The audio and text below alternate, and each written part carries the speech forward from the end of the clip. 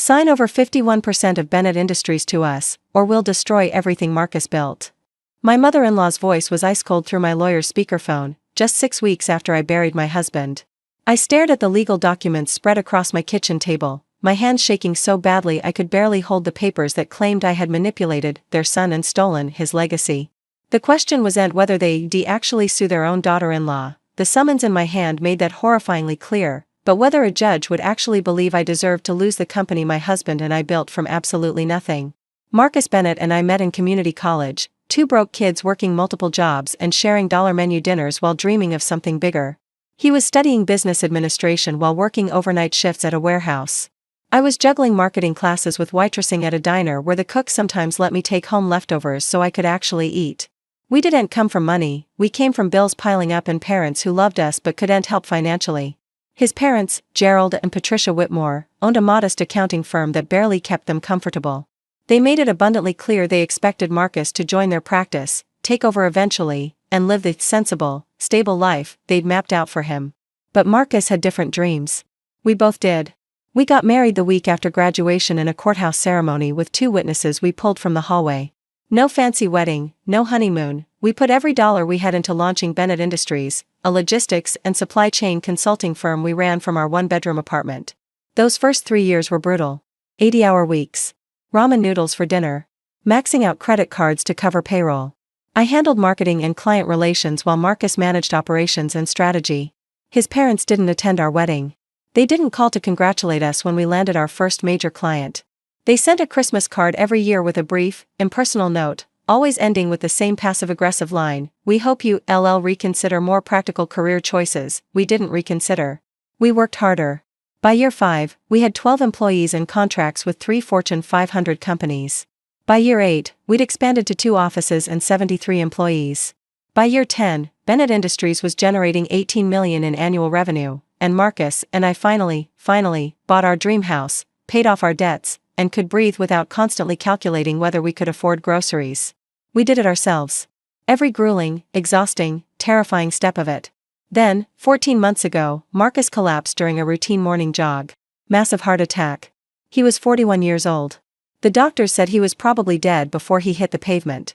The funeral was a blur of disbelief and agony. Gerald and Patricia showed up, both dressed impeccably in black, their faces arranged in appropriate expressions of grief.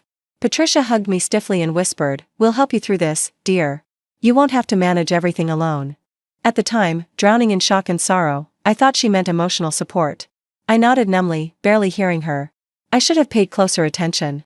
3 weeks after we buried Marcus, Gerald called and asked to meet about business matters. I assumed he wanted to discuss Marcus's estate or perhaps offer condolences in private. Instead, he and Patricia arrived at my house with their attorney, a sharp-eyed woman named Diane Rothman, who immediately started asking invasive questions about Bennett Industries' financial structure, ownership documents, and operational control. "We believe," Gerald said carefully, not meeting my eyes, "that given the circumstances and our relationship to Marcus, we should assume a significant ownership stake in the company. For stability purposes." I actually laughed. It was so absurd I thought he was joking. "Marcus left the company to me," I said slowly, thinking maybe they'd misunderstood something basic. "He and I built it together. I'm the sole owner now, per his will. There's nothing to discuss." Patricia's expression hardened. "You may have convinced Marcus to structure things that way, but morally and ethically, we deserve recognition. He was our son. That company exists because of our values, our upbringing, our family." "Your family?" The words came out sharper than I intended. "You didn't support us. You didn't help us build anything. You told Marcus he was making a mistake." Diane Rothman interrupted smoothly. "Mrs. Bennett, my clients believe that undue influence may have been exerted during the formation of Bennett Industries and in subsequent estate planning decisions. They're prepared to pursue legal remedies if an equitable arrangement can't be reached." That's when I understood. They weren't here to grieve or reconcile. They were here to take what Marcus and I had built. I asked them to leave. 2 weeks later, the lawsuit arrived. The unraveling empire. The legal documents were 67 pages of accusations so outrageous they felt like fiction. According to Gerald and Patricia Whitmore, I had manipulated Marcus into excluding them from the business. I had exploited their son's talents while contributing nothing of value myself. I had fraudulently structured the company to deny them their rightful inheritance as his parents. They were suing for 51% ownership of Bennett Industries, plus damages, plus retroactive profit distributions going back 10 years. Their legal theory was creative, I'll give them that. They claimed that because they'd provided Marcus's initial upbringing and education, they were effectively silent partners entitled to equity. They presented Marcus's childhood report cards, his college transcripts, even photos of family dinners as evidence of their investment in his development. Their attorney argued that without their foundational contributions, Bennett Industries would never have existed. It was insane. But it was also terrifying because suddenly I was spending $50,000 on legal fees and watching my in-laws' attorney depose my employees, demanding access to confidential business records and filing motions that questioned every decision Marcus and I had ever made. My attorney, Robert Chen, no relation to any previous cases, just an exceptional lawyer I'd found through desperate research, was initially dismissive. "This won't hold up," he assured me during our first meeting. "Parents don't have ownership claims to their adult children's businesses. This is frivolous." But the more he dug into their filings, the more concerned he became. "They're arguing a quasi-parental investment theory," he explained, his expression serious. "It's novel, and it's absurd, but your mother-in-law's attorney is very good at making absurd things sound reasonable. We need to prepare for an actual trial." The stress was crushing. I was running a company that required constant attention while simultaneously fighting a legal battle that consumed every spare moment. Bennett Industries had a major contract renewal coming up, but I couldn't focus on the presentation because I was preparing for depositions. Our CFO asked about strategic planning for the next fiscal year, and I realized I hadn't thought past next week. Employees started whispering in hallways, wondering if the company was stable, whether their jobs were secure. I wasn't sleeping. I wasn't eating properly. I'd wake up at 3 in the morning with panic attacks. Imagining a judge actually siding with Gerald and Patricia, imagining myself forced out of the company Marcus and I had built with our own hands, our own sacrifices, our own relentless determination. The worst part was the betrayal. These weren't strangers or business rivals, these were people who should have grieved with me, supported me, honored Marcus's memory. Instead, they were trying to profit from his death. 2 months into the legal battle, Patricia called me directly. "This doesn't have to be adversarial," she said, her tone almost sweet. "We could settle this quietly. Give us 35% equity and a seat on the board, and we'll drop the lawsuit. You get to keep running things, we get appropriate recognition. Everyone wins." "No," I said. "Marcus wanted me to have this company. I'm not giving you anything." "Then we'll see you in court," she replied. "And Natalie, dear, you should know that we have resources you don't. We can drag this out for years. How long can Bennett Industries survive with this hanging over it?" She hung up before I could respond. The courtroom confrontation. The trial began on a cold Tuesday morning in October. The courtroom was smaller than I'd imagined, but the atmosphere was suffocating. Gerald and Patricia sat on the opposite side with their legal team, both of them dressed like they were attending a charity gala. Patricia wore pearls. Gerald had a pocket square. They looked like concerned, dignified parents who'd been wronged. I wore the same black suit I'd worn to Marcus's funeral. It felt appropriate. Judge Monica Hartwell presided, a woman in her early 60s with sharp eyes and a reputation for no-nonsense rulings. Robert had warned me she was brilliant but unpredictable. "She won't tolerate games," he'd said. "Just tell the truth, simply and directly." Diane Rothman opened with a presentation that was slick and emotional. She showed photos of young Marcus with his parents, talked about their sacrifices raising him, described their modest lifestyle and hard work. She made it sound like Gerald and Patricia had poured everything into their son, only to be cruelly excluded from his success by a manipulative wife who turned him against his family. "The evidence will show," Rothman concluded, "that without the Whitmores' foundational investment in Marcus Bennett's character, education, and values, Bennett Industries would never have existed. They deserve recognition. They deserve equity. They deserve justice." It was a compelling narrative. Completely false, but compelling. Robert's opening was quieter but more precise. He laid out the timeline, Marcus and my struggles, the company we built with zero help from his parents, the documented rejection and disapproval from the Whitmores for over a decade. He presented emails where Patricia had called our business reckless and doomed to fail. He showed the guest list from our wedding, a wedding the Whitmores had refused to attend. "This isn't about investment," Robert said. "This is about regret. The Whitmores rejected their son's dreams when those dreams were risky. Now that those dreams have succeeded, they want credit they didn't earn and ownership they don't deserve." The trial proceeded with witnesses and documents.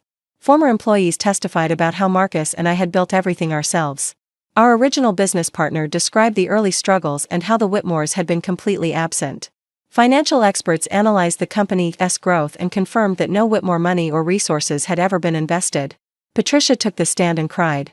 She talked about how much she'd loved Marcus, how proud she was, how devastated she was that he died without reconciling with them. It was a performance worthy of an Oscar, and I watched the judge's face carefully, trying to read whether she was buying it. Then Gerald testified. He was more measured, more calculated. He talked about parental investment and foundational support in abstract terms, making it sound almost reasonable that they deserved equity. You raised your son, Robert said during cross-examination. That's what parents do. Are you arguing that every parent deserves ownership of their adult children's businesses? No, Gerald said carefully. But in extraordinary circumstances, where a child's success is directly attributable to parental guidance and support, some recognition seems appropriate. Did you provide any capital to Bennett Industries? Not financial capital, but... Yes or no, Mr. Whitmore? No. Did you provide business advice or consulting? We offered guidance that Marcus chose not to. Yes or no? No. Did you attend their wedding? Gerald's jaw tightened. No, but... Did you congratulate them when they landed their first major client? I don't recall. Did you ever, at any point in the 12 years they built Bennett Industries, actively support their business? The silence stretched. No, Gerald finally admitted. The judge's piercing question. It happened during Patricia's redirect examination, after Rothman had tried to rehabilitate her client's testimony. Patricia was explaining again how much she'd loved Marcus, how she'd only wanted what was best for him, how the estrangement had been so painful. Judge Hartwell held up one hand. The courtroom went completely silent. Mrs. Whitmore, the judge said, her voice cutting through the emotional testimony like a scalpel. I have one question, and I want you to answer it honestly. Patricia nodded, dabbing at her eyes with a tissue. If Marcus were alive today and asked you for a loan to expand his business, would you have given it to him? The question hung in the air. I watched Patricia's face cycle through confusion, calculation, and then panic. It was such a simple question, so direct, and it cut straight to the heart of everything. Patricia opened her mouth, closed it, looked at her attorney, who couldn't help her. We would have needed to discuss terms, she finally said. Consider the business model, the risk factors. That's a no, Judge Hartwell said flatly. You wouldn't have invested in your own son's company even now, when it's successful and established. But you believe you deserve 51% ownership of that same company because you're his parents. That's different, Patricia protested. A loan is different from... From what? The judge interrupted. From actual risk? Actual sacrifice? Actual investment? The courtroom was dead silent. Judge Hartwell turned to Gerald. Mr. Whitmore, same question. Would you have invested in Bennett Industries if Marcus had asked? Gerald at least had the decency to answer directly. Probably not, he admitted quietly. The logistics sector is volatile, and we weren't comfortable with that level of risk.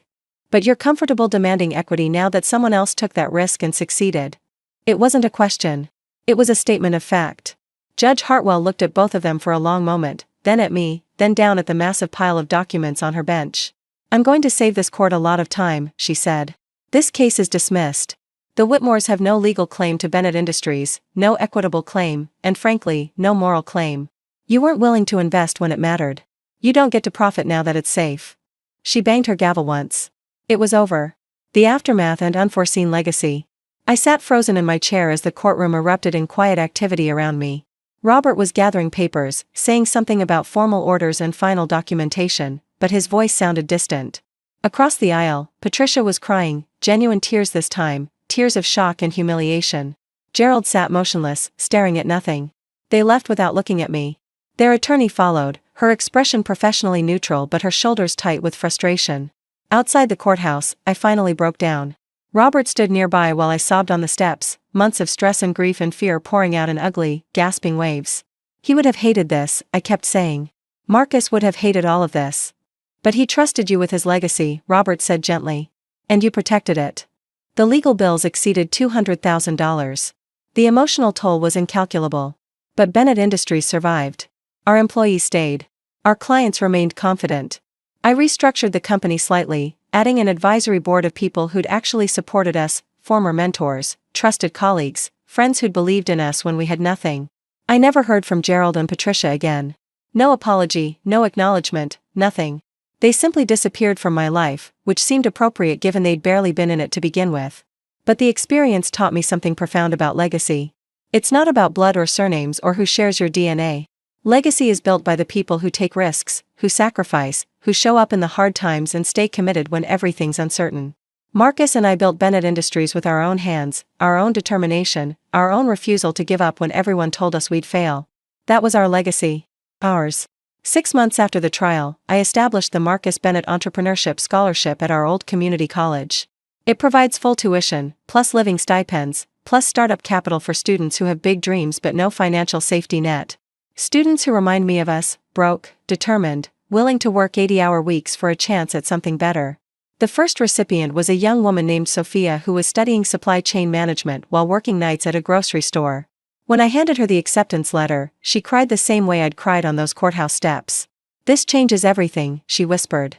"I know," I said. "Someone believed in me once. Now I'm believing in you." That's legacy. Not a lawsuit or a court battle or entitled parents demanding what they didn't earn. Legacy is passing forward the opportunities you wish you'd had, supporting the dreams others are brave enough to chase, and protecting what you built so it can benefit people who actually need it. Bennett Industries continues to grow. We're on track to break $25 million in revenue this year. I still work too hard, still have moments where I walk past Marcus's empty office and feel the crushing weight of his absence. But I also have moments of pride, knowing we built something that matters, something that survives, something that's helping others achieve their own impossible dreams. And if you rereading this because you facing your own battle, family members who want credit they didn't earn, people who disappeared when you struggled but reappeared when you succeeded, anyone who claims they deserve your hard-won success, remember this. You don't owe anyone your legacy. Not your parents, not your relatives, not anyone who wasn't there when the outcome was uncertain and the risk was real. Protect what you built. Honor the people who actually helped you build it. And never, ever let guilt or obligation or family pressure convince you to hand over something you earned through your own blood, sweat, and sacrifice. The judge asked my in-laws one simple question that exposed everything: would you have invested when it mattered? Ask yourself the same question about anyone claiming they deserve a piece of your success. The answer will tell you everything you need to know.